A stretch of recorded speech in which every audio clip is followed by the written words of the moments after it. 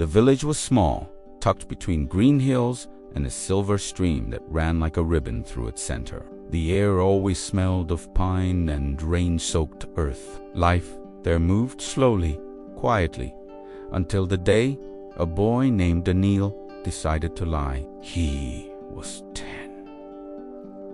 Then, restless, curious, and endlessly inventive. His imagination was his escape from chores, from his father's stern silence, from the rhythm of predictable days. His best friend, Mara, often laughed at his tall tales. She said his stories made the gray afternoons brighter. But one day, Daneil's imagination went too far. He had spent the morning carving a wooden whistle, sitting by the fence that overlooked the sheep pastures. The animals grazed lazily, the sun soft on their wool. Then, from somewhere in his boredom, an idea slipped in, half mischief, half test. What if he said he saw a wolf? It wasn't meant to harm anyone.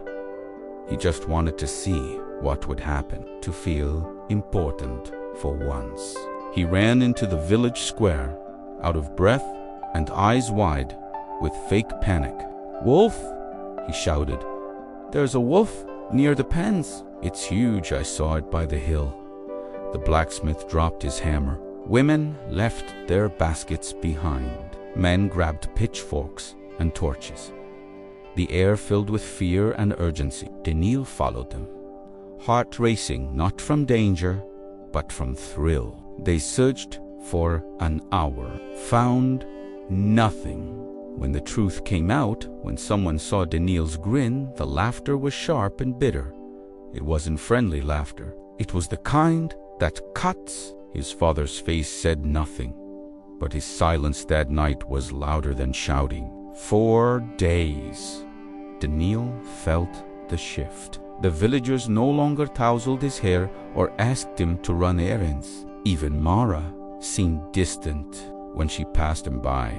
She didn't smile. She just looked away. He told himself it didn't matter. He told himself people overreacted. But when you're 10, silence feels like exile. So he tried to fix it, not with truth, but with more stories. He'd claimed.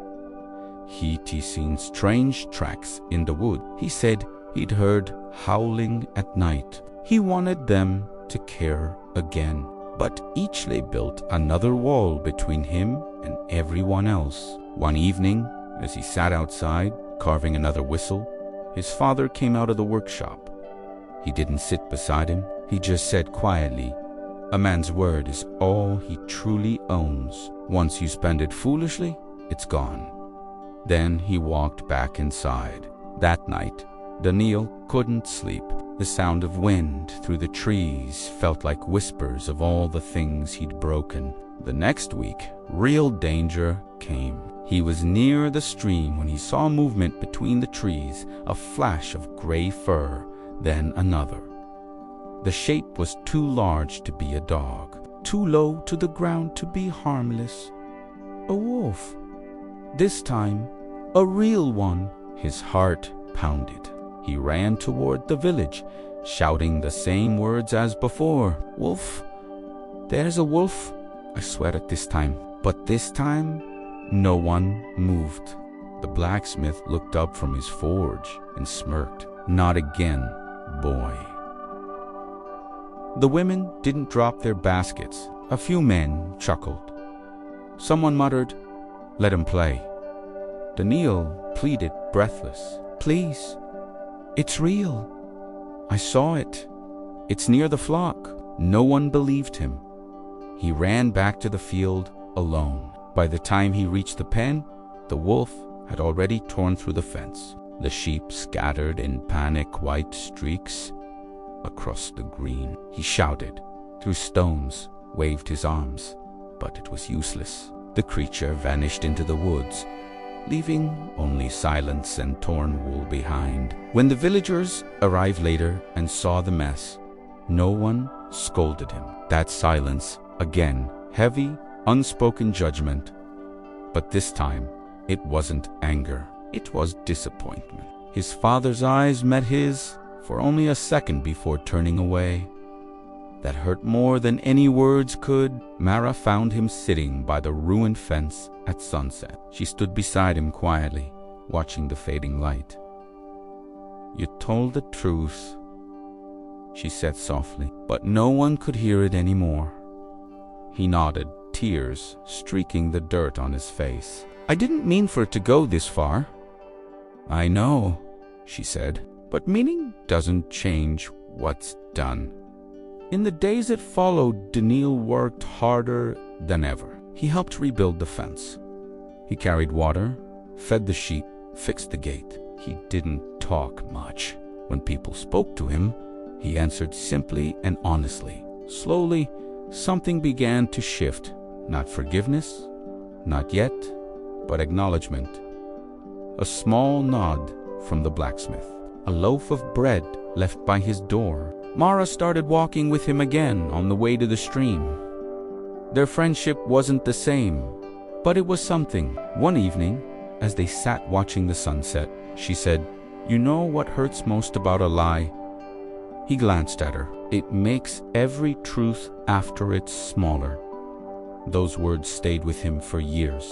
As Daneil grew older, the lie became a quiet scar. It followed him into manhood. He became a carpenter, like his father once was, quiet, deliberate, known for never exaggerating, never promising more than he could deliver. People learned that if Daneil said something, it was true.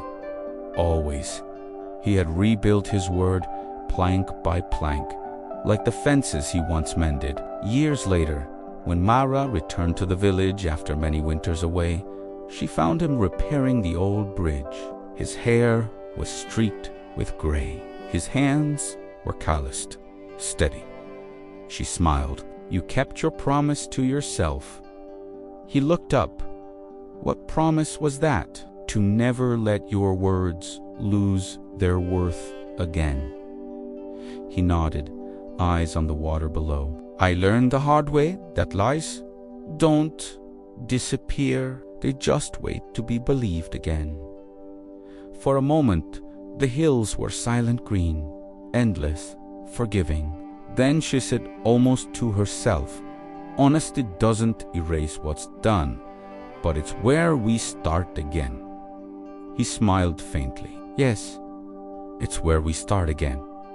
Truth isn't just the sound we make. It's the bridge between who we are and how the world sees us. Daneil learned that when a lie breaks that bridge, rebuilding it takes more than time. It takes humility.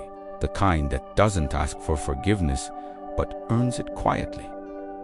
Because trust, once broken, never returns the same. It comes back older, wiser, and shaped by the silence it survived. A lie may save your pride today, but it will cost you peace tomorrow.